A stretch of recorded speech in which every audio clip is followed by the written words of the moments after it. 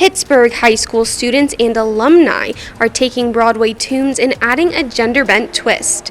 I'm Bronte Sorotsky with those details. The four states' most watched news starts now. Well, thanks so much for joining us. Pittsburgh High School theater students held a cabaret performance featuring various show tunes. The money went towards to compete in a statewide theater competition, but the performance had a gender-swapping twist. KOAM's Bronte Sorotsky checked it out. Pittsburgh High School theater students put on a cabaret to raise funds for their theater program, although it wasn't a typical cabaret. For years, we've done a cabaret, which a cabaret is, it doesn't have a synopsis, it's not a story. It's just people pick out songs that they want to do and they get to come on and showcase themselves. We've done cabarets before. They're fundraisers for KTF, which is Kansas Thespian Festival, and ITF, which is International Thespian Festival. This Sunday's theme had a gender-bent twist. Basically, a typical female performing person would perform a male song, and the opposite, and so. Just however somebody identifies, if they get to do a song that typically they wouldn't get to perform on stage, this is their opportunity to do that. Actors that took part say singing songs from the opposite gender's perspective was an opportunity to expand on their musical and theatrical abilities. It's very interesting. You have to look at vocal range. You have to look up, do I sing this in the original key? Do I take it up the octave? Do I go somewhere in the middle? And especially with this cabaret, I had a really hard time finding a song. It gave students the opportunity to sing songs that they may have always wanted to sing, but never had the opportunity to. Come Back is a song from a male's perspective.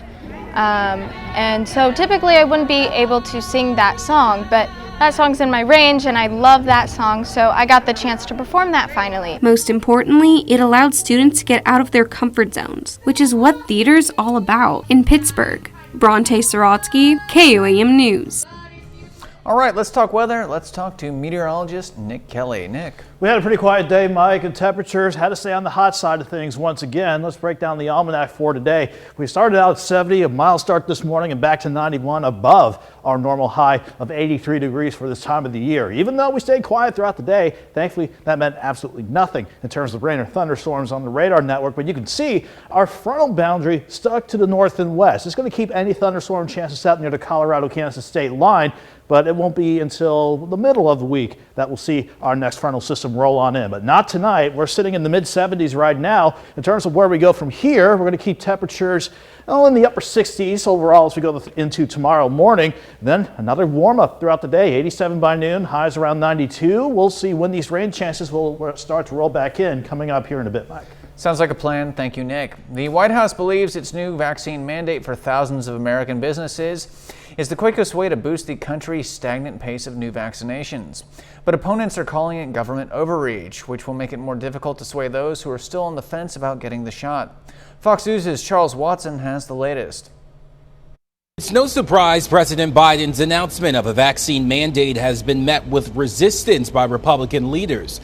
Governors say those who are still skeptical of the vaccine won't be convinced by the government making it mandatory if they want to keep their job. I'm trying to overcome resistance, but the president's actions in a mandate hardens the resistance. The distrust is with government. This enhances the distrust. The president's order requires businesses with more than 100 employees to require proof of vaccination or weekly testing. Federal employees and contractors don't have the option of just getting tested. They must get vaccinated. Republicans say the mandate is unconstitutional and they're already preparing lawsuits. This is an egregious overreach of federal authority. And as we see what these rules are, we will be able to know exactly how we will be able to challenge them in court. The push from the White House is its latest effort to get the Delta surge under control, which is currently responsible for about 150,000 cases and 1,500 deaths nationwide every day. Right now, just over half of Americans are fully vaccinated. In order to reach herd immunity, this number needs to be closer to 70 or 80%. Perhaps with a mandate on small businesses, eventually you get to something akin to 85%, but it's going to be slow because this is going to get litigated. It takes OSHA time to implement regulations. You'll have to put in place guidance, give businesses a grace period. Something that would boost those numbers is the approval of a vaccine for kids under 12. A new report says this could come by the end of next month. In Atlanta, Charles Watson, Fox News. Australia is buying more Moderna vaccines as it tries to fight off record levels of coronavirus infections. The country is purchasing an additional 1 million Moderna vaccines from the European Union as Sydney and Melbourne remain under quarantine. Officials say those cities, which make up a good portion of the population, will remain under quarantine until 70% of the country is fully vaccinated. And that isn't expected to be completed until late October. Saturday's numbers of daily Australian COVID-19 infections topped 2,000 cases for the first time. Doctors working in intensive care units around Northern California say they've noticed a recurring theme among many of their coronavirus patients. They are regretting not taking the COVID-19 vaccine. Fox News' Rob Roth has more. Doctors working in Northern California intensive care units say there's been a recurring theme to many of their COVID patients. We're hearing so many people filled with regret at not getting the vaccine. Many of them are even asking for the vaccine on arrival. They're feeling so sick. But by then, she says it's too late to get vaccinated. Walker was one of 2 ICU doctors from Sutter Health Thursday to share their recent experiences treating COVID patients. They say while breakthrough infections do happen to vaccinated patients, there is a difference in the severity of the illnesses between the vaccinated and the unvaccinated. Those that are unvaccinated tend to be more severely ill. According to California Public Health records, as of last week, Bay Area ICUs were ranging from Marin County's 53% capacity to Napa County's high of 96%. The rest fell well in between. It's just been a lot more difficult and challenging to take care of these families, not just from, a medical standpoint, but from an emotional standpoint. It's taking on our staff. But some Bay Area ICUs are accepting COVID patients from the Central Valley, where hospitals there have been overrun at times. Doctors say the Delta variant is the reason for the surge in cases and that the biggest difference between most of the COVID patients they are seeing now and the ones in the first few waves are their ages. This time, with the Delta variant, the patients tend to be somewhat younger. Last year, we would rarely see somebody in their 40s or 30s in the intensive care unit. Now it's a common occurrence. It's really, really challenging to see these patients with young families at home, FaceTiming with them, with their children, while they're struggling to breathe. It's now time to honor one of our many four-state heroes. And tonight we recognize Doug Gibson of Carthage, Missouri. Gibson served as a Master Sergeant in the Air Force and fought in Korea. Thank you, sir, for your service and your bravery. For more information on any of our four-state heroes or to nominate your own, just log on to KOAMnewsnow.com.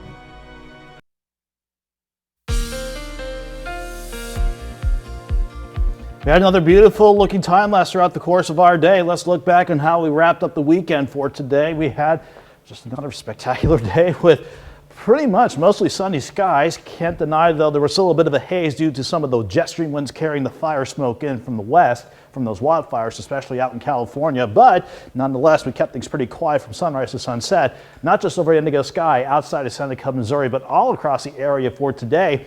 And despite it being pretty much similar to yesterday, we were a little cooler, just a touch cooler than our highs around 94 and 95 that we saw yesterday. We dropped back near 70 this morning, topped back out in the lower 90s this time around. I think that's where we're head once again as we get the new work week and school week underway for our Monday. A bit hot again with mainly quiet skies. We'll go mostly sunny once again. But then I'm watching our next incoming front for the middle of the week. That'll be our next best shot for any rain chances around here. Then, as the front clears through, we'll have warm temperatures, mainly 80s for the midweek, before we see some late summer heat ready to work back in.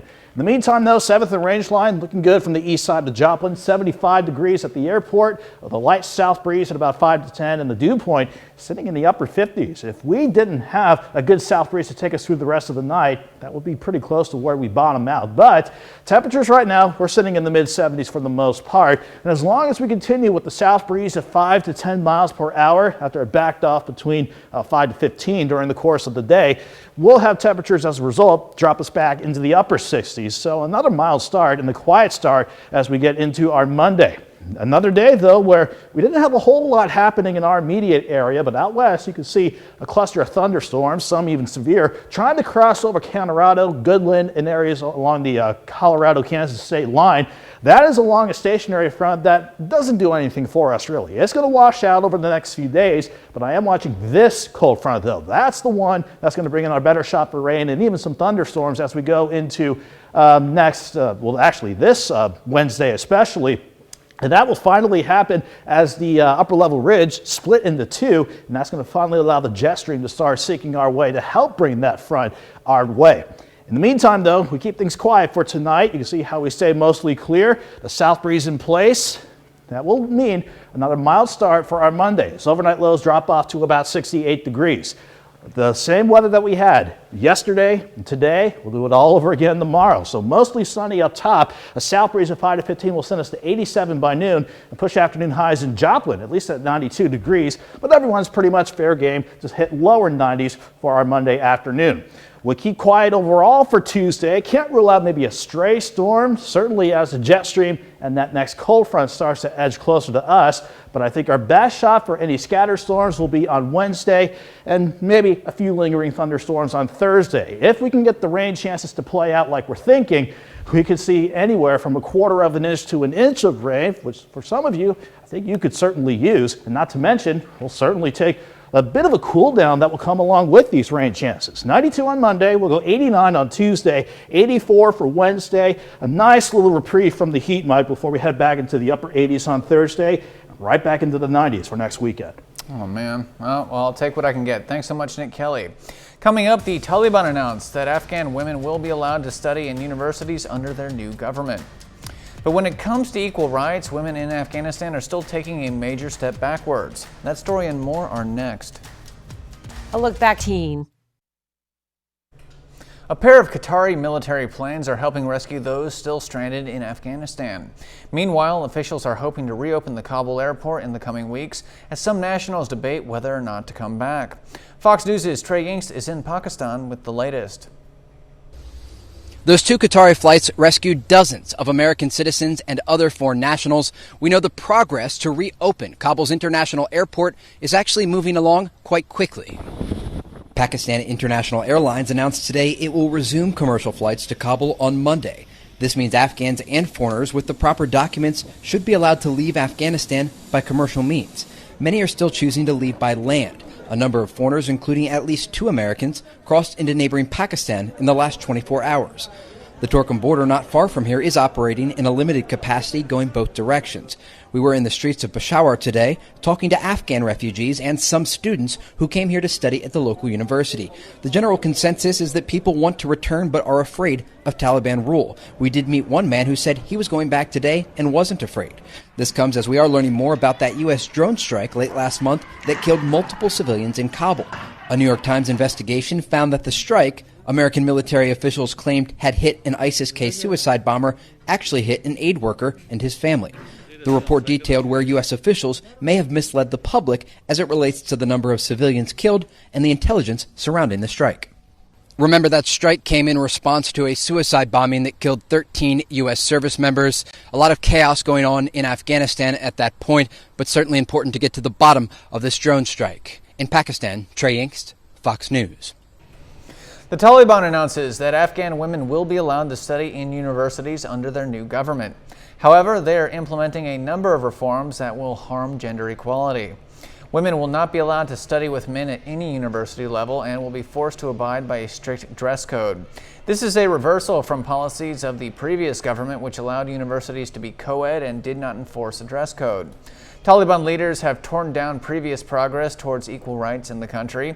Taliban members have also violently attacked women protesters and say women don't belong in government. When we return, we are taking a closer look at how the U.S. is fighting terror. 20 years after the September 11th attacks, and it looks like the Biden administration is taking a different approach when it is compared to its predecessors. Details are coming up. Ellen. 20 years after 9/11, how will the U.S. go about dealing with the dangers posed by terrorists?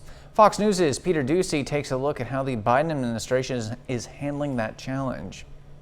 A key component of the Biden doctrine is over-the-horizon counterterrorism capability. That means tracking terror from far away, and it's a break from previous post-9/11 presidents, including Obama, whose anti-terror strategy relied heavily upon boots on the ground in Afghanistan. There's a future there that is brighter not only for the Afghan people, but for, most importantly, for American security.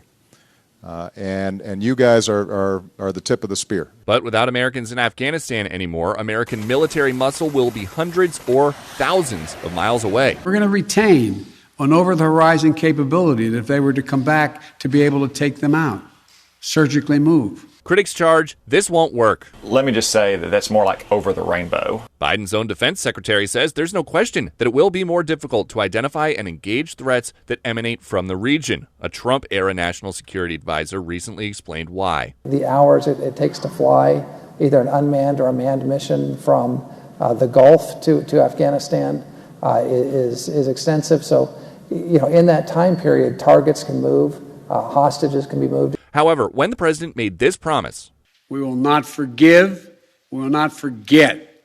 We will hunt you down to the ends of the earth, and you will pay the ultimate price. That happened. Our over-the-horizon capacity can work and has worked in going after ISIS targets and killing people who went after our troops. Some doubt the long-term effectiveness of leaving terrorists alone in Afghanistan. I would say this. Without soldiers on the ground, with the CIA present helping them, the likelihood of another 9/11 has gone up by 70 or 80%. But for now, the president is not looking back. The war in Afghanistan is now over. And the president defends the way he pulled out by arguing that if the men who planned 9/11 had done it in a country other than Afghanistan, then the U.S. never would have gone there in the first place. And now he is counting on advances in military technology to keep tabs on the terrorists who could try to do it again.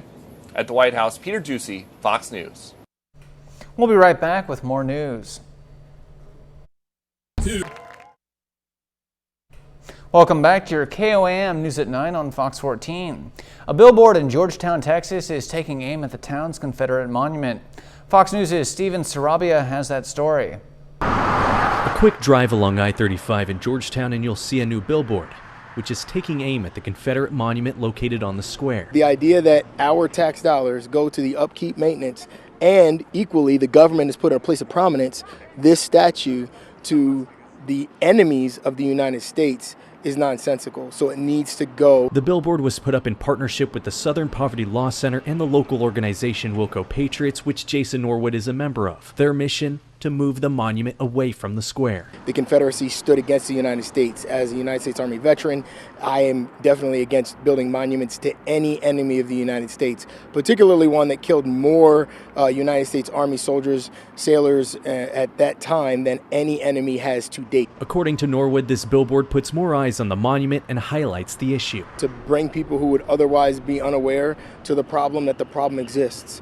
And then from there, we just ask that we be part of the solution. In the past, Williamson County voted to stay in the Union back during the Civil War, before the state ultimately seceded. The monument was put up in Williamson County in 1916, nearly 50 years after the war. Today, Confederate monuments continue to be removed throughout the nation. Recently, the massive statue of Robert E. Lee was removed in Virginia. Norwood feels it's time Williamson County joins this movement and removes theirs. It needs to go somewhere where tax dollars aren't being paid to upkeep it, and it is not in a place of prominence said by our government. Somebody wants to put it on their front lawn, go right ahead. As the monument is on county property, Williamson County Judge Bill Gravel released this statement. In Williamson County, we continue to listen to the needs and requests of the residents. In this matter, Williamson County is still listening. Facebook is promising to help out women and minority-owned businesses. The company announced their plans to put $100 million towards helping small business owners. Facebook will buy outstanding invoices and use their Facebook Invoice Fast Track program to pay small businesses in a matter of days. To apply, businesses have to submit outstanding invoices that reach a minimum of $1,000. Facebook's Vice President of Small Business estimates the $100 million could help out around 30,000 businesses with outstanding invoices. Well, don't go anywhere. We've got a lot more news headed your way, as well as another look at your weather with meteorologist Nick Kelly and your KOAM Sports Report with Danny Cherzer. That's all coming up right here on your KOAM News at 9 on Fox 14. And when we return, 2 canine units in Florida were shot after deputies confronted a suspect accused of stealing his Lyft driver's car. That story and more are next. The Labor Day sale at 2 canine units in Florida are recovering after being shot. It started late Friday night when a man stole his Lyft driver's car. Sheriff's deputies tracked down the man and then exchanged gunfire with the suspect. 2 canines were hit during the shootout. Even though they were wounded, their handlers had to pull them off and get them medical attention because they would not retreat from the fight. Sheriff Chitwood says the dogs took bullets intended for his deputies. Both dogs underwent surgery and are recovering. No deputies were injured. The suspect was hit multiple times and is in critical condition. He's charged with armed carjacking and use of a deadly weapon against a police canine. Miami's International Airport becomes the first to use dogs who can smell the coronavirus. The 2 dogs are part of a pilot program to detect the presence of COVID-19 in face coverings. The dogs are trained to detect the virus's presence in sweat, breath, and scents. The program helps airports check in with their employees who will have to take a rapid coronavirus test if the dogs find something. Both canines have accurate noses with confirmed detection rates of above 98%. Check out this cat who gets to keep all 9 of its lives thanks to some football fans' quick thinking. The cat somehow got over the edge at the upper deck of the University of Miami game with Appalachian State at Hard Rock Stadium and couldn't hold on. 2 fans used an American flag as a rescue net to break the cat's fall. The cat bounced a bit off the flag and into the student section but was okay and reportedly unhurt from the incident. Stadium security soon carried the cat away. We'll be right back with meteorologist Nick Kelly and another look at your weather.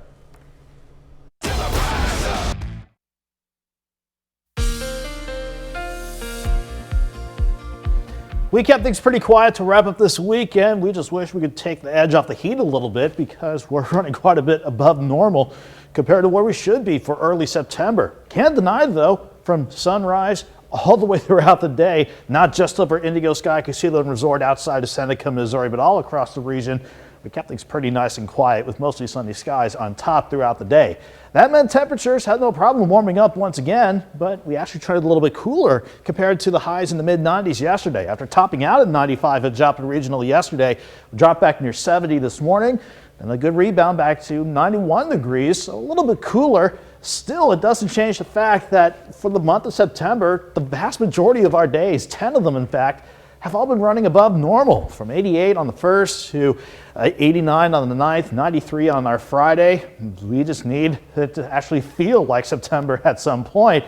With our next storm system by the middle of the week, though, that should give us a chance to go back into the 80s, so at least a little bit closer to normal as the work week ahead of us rolls on. In the meantime, 7th and Rangeline at 936, looking quiet as can be. 75 degrees outside, a south breeze at 5 to 10, humidity sitting at 57%. Outside of Joplin, much of the area is the same. Most of us in the mid-70s, but a couple areas like Iola, Monette, Cassville, Anderson, Bentonville, already trying to sneak back into the lower 70s. We'll eventually get there, the entire region at least, into the upper 60s to near 70 later on tonight, as we've seen that breeze that was a little stronger throughout the day, lightening up a bit out of the south at 5 to 10, and can't rule out an occasional gust near 15 at times, but this is the type of breeze in the setup that will drop us back into the upper 60s to near 70 later on tonight. Not worried about these thunderstorms crossing over the Kansas-Colorado line. Those are thunderstorms that'll stay along a stationary front, parts across the state of Kansas actually, but this is not the front that's going to make a play for us later on. It's actually this cold front out in the Pacific Northwest. That's going to be the front that'll give us our next best shot for rain and storms, not to mention a chance to cool down a little bit. And that front will finally start heading our way now that our upper level ridge has split into 2. Still, as long as we're on the warmer side of the jet, we're going to keep things a bit on the hot side as we get this new work week and school week underway. Before we go back into at least the dry heat, we'll enjoy a mild start and a quiet start for your Monday morning, as everybody will drop back near 68 degrees with mostly sunny skies to start the morning out. That breeze stays light during the morning at 5 to 10 out of the south, but it picks up a little steam for tomorrow afternoon at 5 to 15, maybe an occasional gust near 20. That should be enough to get us to 87 by noon, 92 in downtown Joplin. Outside of the region, everybody is looking at least likely to hit the lower 90s for afternoon highs. Looking down the road, let's head into Tuesday. As the jet stream continues to sink closer, so too will that next cold front. Maybe an isolated storm for Tuesday afternoon, an isolated storm or two, before we see our better chances for rain and storms working on Wednesday with that front rolling in and the jet stream right on top of us. If these rain chances play out like we think they will, anywhere from 1/10 of an inch to an inch of rain, still trying to fine tune where the heaviest of the rain is going to set up, but we'll take those rain chances coming in during the middle of the week. And we'll take the little cool down that'll come along for the ride. 92 on Monday, 89 on Tuesday. We'll drop back into the upper 60s Wednesday morning before highs only make it to 84. That's going to feel pretty nice before we have to head back into the upper 80s on Thursday and eventually into the 90s by the coming weekend, Mike. These 90s need to take a hike, but I'll take what I can get. Thank you, Nick Kelly. And stay tuned, sports fans. You are just 2 minutes away from Danny Terzer and your KOAM News at 9 Sports Report. That's next. House.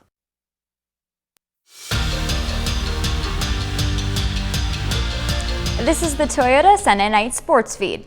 The day has finally come. The Kansas City Chiefs are back in action to start the 2021 season. Kansas City is hosting the Cleveland Browns. It's a rematch of the division playoff from last year. In the second quarter, Chiefs trailing.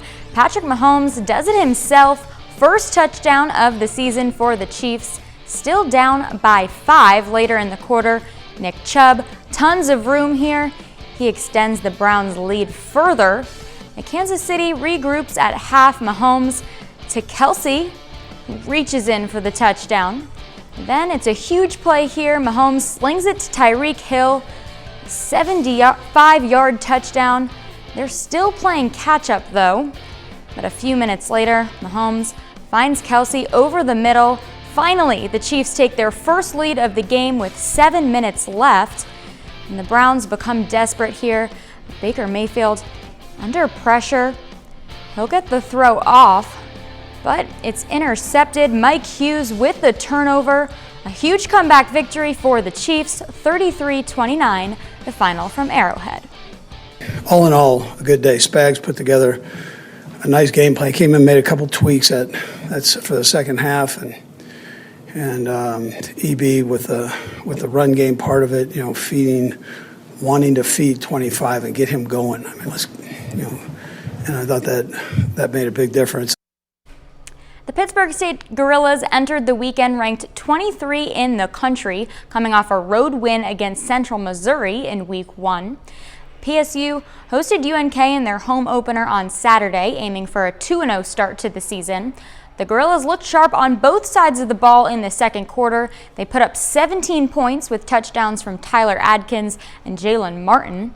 Leading by 10 at half, PSU went scoreless for the rest of the game. The Lopers scored 21 unanswered points to secure a 28-17 win. I told them we have to learn a valuable lesson here. We have to go back to work and get better. And we let some of the details catch up to us this week. Didn't think that we had necessarily our best week of preparation coming off that big win, and we got to do a better job of focusing and doing the right things during the week and handling the preparation the right way, and then just come out and execute. We just didn't execute in really all three phases in that second half. Missouri Southern also at home for the first time since 2019, hosting Northeastern State. The Lions took their biggest lead of 10 points in the second quarter, following a 29-yard touchdown run by Joplin alum Nathan Glades. The freshman finished with 17 carries for 106 yards. But Missouri Southern couldn't maintain that lead, falling 21-17 and moving to 0-2 on the season. This was a team loss. Were there bright spots for both sides of the ball? Absolutely. There's some things we can look back. We ran the ball really well in the first half. Defensively, we had some key stops. But just overall, neither side has put together 4 quarters yet. And so as quickly as we praise them, there's some things that we got to get fixed. The Oklahoma Sooners played their home opener a little too close for comfort, barely beating Tulane. This week, they got back on track. OU at home against Western Carolina. I think the Sooners had a little chip on their shoulder. They roll over Western Carolina 76-0, the school's highest point total since 2007. Spencer Rattler 20 for 26, 243 yards, and 5 touchdowns, and that's just from one half of play. Oklahoma remains at home next Saturday, taking on Nebraska. We'll be right back with more news. More temp. Welcome back to your news at 9. Yesterday, firefighters in Parsons, Kansas gathered at Belmont Tower for a stair climb that honored the 343 firefighters who lost their lives on 9/11. And I was fortunate enough to attend that touching tribute. Take a look. For firefighters in the Parsons, Kansas area, repeatedly climbing the 7 floors of Belmont Tower in honor of those who lost their lives on 9/11 was both tiring and inspiring. Didn't know really how hard it was going to be or what to expect, but done and feel good, and feels pretty good knowing that you did it. Throughout the morning, they climbed the tower's 7 floors 15 times before making one last trip to the 5th floor. That represents the 110 floors of the World Trade Center, but it wasn't the only reminder. As they made their trek, they were inspired to push forward by photos of the 343 firefighters who made the ultimate sacrifice on 9/11. As it starts to become tiresome, I think that's where you start to use that for motivation, knowing that they didn't have another option. They didn't get to quit. They knew what they were getting into, and that was all what they signed up for. As each firefighter completed the climb, they participated in the ringing of the fire bell, and then read aloud some of the names of the fallen first responders of September 11th, demonstrating that while those New York heroes may not be with us, they are not forgotten. I would ask on this day that everybody remembers what it truly meant and never forget. In Parsons, Kansas, Mike Mahoney, KOAM News.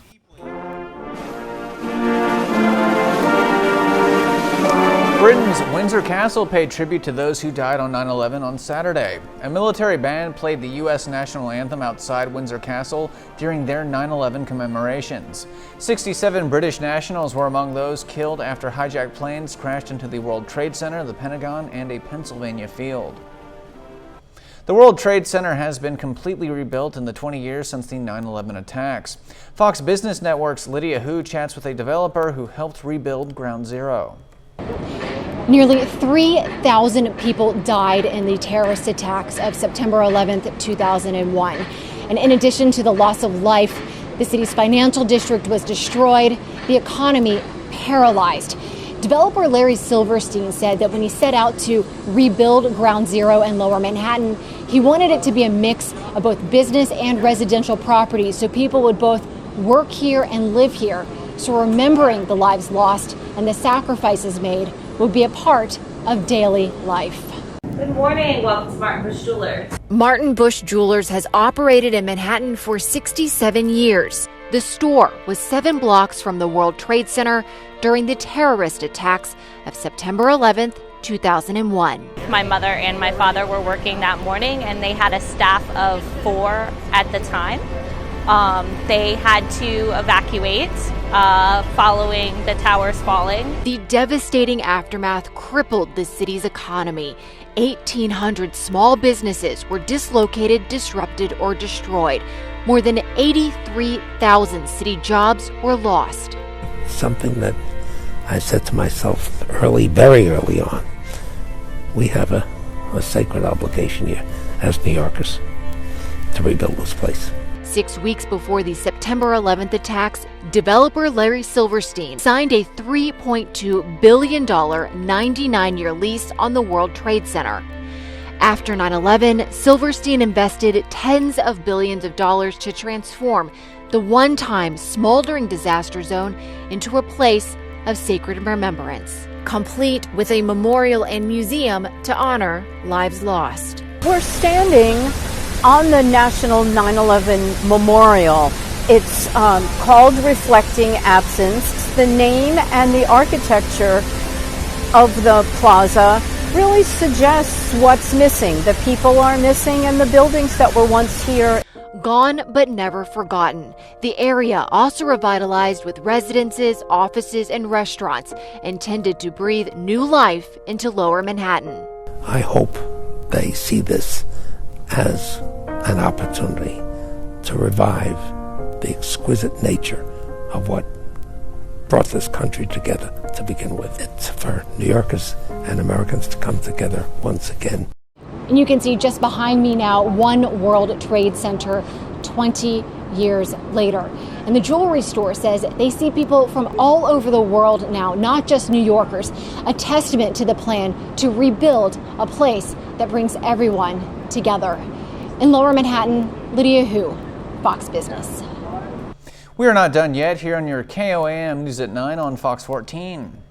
And when we return, a new study says pot use is reaching record highs among college students, and that's not all it found.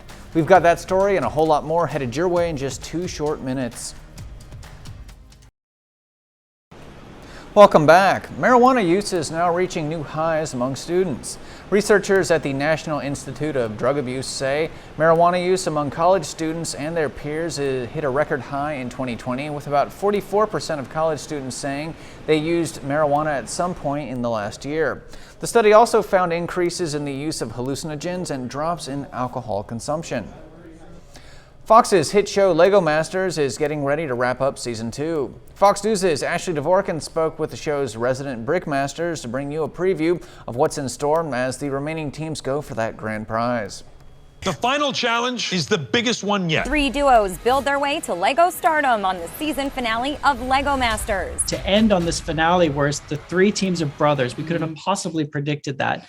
But what are the chances they're also the most competitive ones of the entire round? This build really, really excites me. Brickmasters Amy Corbett and Jamie Berard have a blast watching teams make their imaginative creations.